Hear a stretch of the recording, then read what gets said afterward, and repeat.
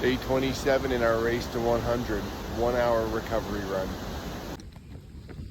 Yesterday I talked about the importance of having a vision to give you direction in life and what it can do for you. As I mentioned, there's a handful of things that every great person you've ever admired has done routinely to get to where they are. I also realized yesterday's video was way too long, so I'm gonna make today's much shorter. The secret for today is reading. And for those of you that don't have enough time, listening to audiobooks. 3 years ago, I found a book by Grant Cardone called The 10X Rule. And in his book, he said, CEOs read 60 books a year. And I thought, I listen to a lot of books. I wonder if I could listen to 60 in a year. So I set one of those big yearly goals to listen to or read 60 books. I read 74 in 12 months, or listened. Great quote in one of those books about a circle that I love to share. And basically it went that if you consider everything that you know to be inside of a circle, and then everything on the outside of that circle is all that you don't know,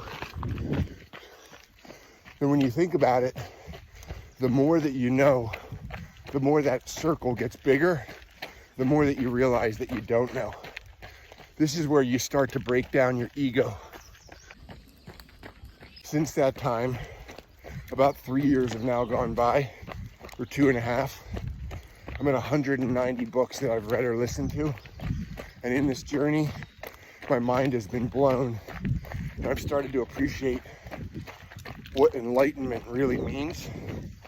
And what I mean by that is, through all of these books, I found this same handful of themes. So what I'm sharing with you, I know to be true, because 190 authors have told me the same thing. I found the power of books when I was really struggling at work, when I could figure out exactly what the root cause of my problem was, whether it was communication, negotiation, or motivating a team. I realized I could just ask Google. Google would send me the top 2 or 3 books on the topic, and in minutes, I would be listening to a summary of an audiobook that felt like it was speaking just to me. We all spend time in the car commuting to work, at least most of us, or commuting somewhere. Robin Sharma calls that traffic university, the chance to read and expand your mind. You should try it. Ask yourself, what is it that I'm struggling with the most right now? And then ask ChatGPT for the best books or audiobooks on the topic. Download Audible and watch what happens.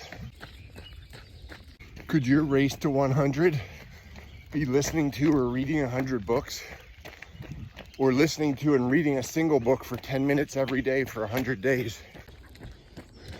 We broke through the $16,000 goal for week 4.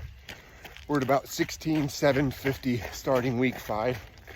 The goal for this week was to double to $32,000. I don't have any idea how I'm gonna do that. I actually didn't sleep great last night because my mind's been racing trying to solve the problem of how do you double from 16 to 32 now that most of your friends and family have supported you.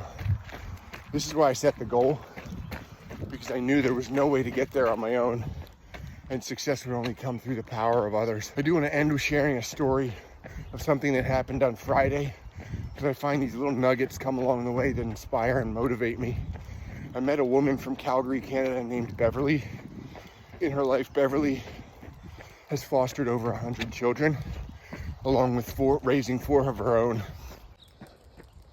Beverly told me that her race to 100 is that she has a friend from Paris who's a concert pianist who's coming to visit her in Calgary, and they're going to put on a performance, and their goal is to sell 100 tickets to the show to support the cause. It's so exciting to think that somebody in Canada has started their own race to 100. Won't you join us?